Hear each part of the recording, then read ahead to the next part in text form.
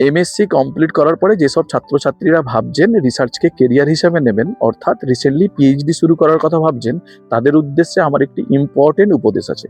যেমন আমি আমার আগের ভিডিওতে বলেছি, রিসার্চ শুরু করার আগে রিসার্চ গাইডের সম্বন্ধে সম্পূর্ণ তথ্য নিয়ে তবেই রিসার্চ শুরু করুন।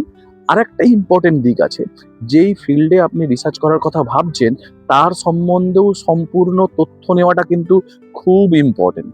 এই ব্যাপারটাকে আমরা সবাই উড়িয়ে দিই। আমরা সবসময় দেখি যে এই প্রফেসরের আন্ডারে পিএইচডি করতে পারলেই মনে হয় আমার একটি চাকরি হয়ে যাবে।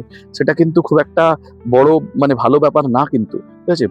একটা বড় প্রফেসর দেখার আগে রিসার্চ ফিল্ডটা দেখা উচিত, যে এই যে রিসার্চ ফিল্ডে আমি পিএইচডি করব, সে রিসার্চ ফিল্ডের রিয়েল ওয়ার্ল্ডের কোনো অ্যাপ্লিকেশন আছে কি না, না পুরোটাই তাত্ত্বিক অ্যাপ্লিকেশনের উপরে চলছে। এমন একটি রিসার্চ ফিল্ডে যদি কেউ রিসার্চ করে বসে যার কোনো রিয়েল ওয়ার্ল্ডে অ্যাপ্লিকেশন নেই, তার ক্ষেত্রে কি হবে, জব অপরচুনিটি অনেক কমে যাবে। মানে তাকে শুধুমাত্র গভর্নমেন্ট স্পন্সর রিসার্চ ইনস্টিটিউটগুলোতে সায়েন্টিস্ট বা প্রফেসর হিসাবেই চাকরি করার অপরচুনিটি পাবে। সে কোনো রকম ইন্ডাস্ট্রি রিলেটেড কাজ করতে চাইলেও কিন্তু কাজ পাবে না। তার কারণ সেই ফিল্ডটার তো যদি কোনো রিসার্চ রিসার্চের বাইরে যদি রিয়েল ওয়ার্ল্ডে অ্যাপ্লিকেশনটাই না হয়, সে তাহলে অপরচুনিটিটা পাবে কোথা থেকে?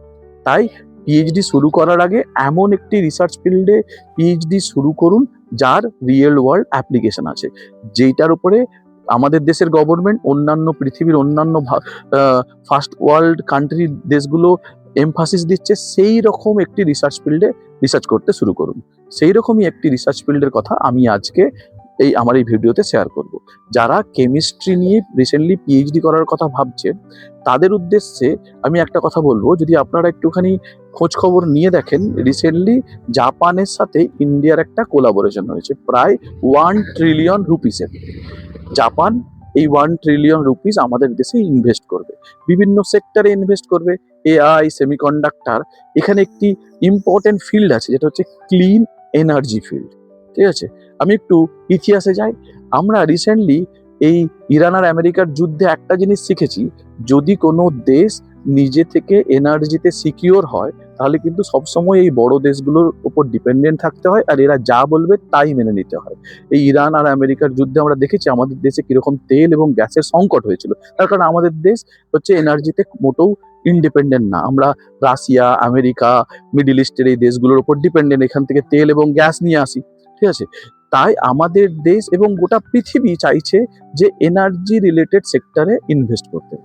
আর এমন এনার্জি রিলেটেড সেক্টর যেখানে কার্বন এমিশন হবে না, মানে কার্বন ডাইঅক্সাইড বেরোবে না, যার ফলে দূষণ কম হবে। তার জন্য ক্লিন এনার্জি যে সেক্টরটা, সেটা কিন্তু খুব ইম্পর্টেন্ট সেক্টর। কেমিস্ট্রির এর একটা ব্যাপক অ্যাপ্লিকেশন আছে। মানে কেমিস্টরা কি করতে পারে, বিভিন্ন ক্যাটালিস্ট জেনারেট করতে পারে, যেগুলো দিয়ে গ্রিন এনার্জি অ্যাপ্লিকেশনে ইউজ হতে পারে। আমি সিম্পল একটা এক্সাম্পল দিচ্ছি।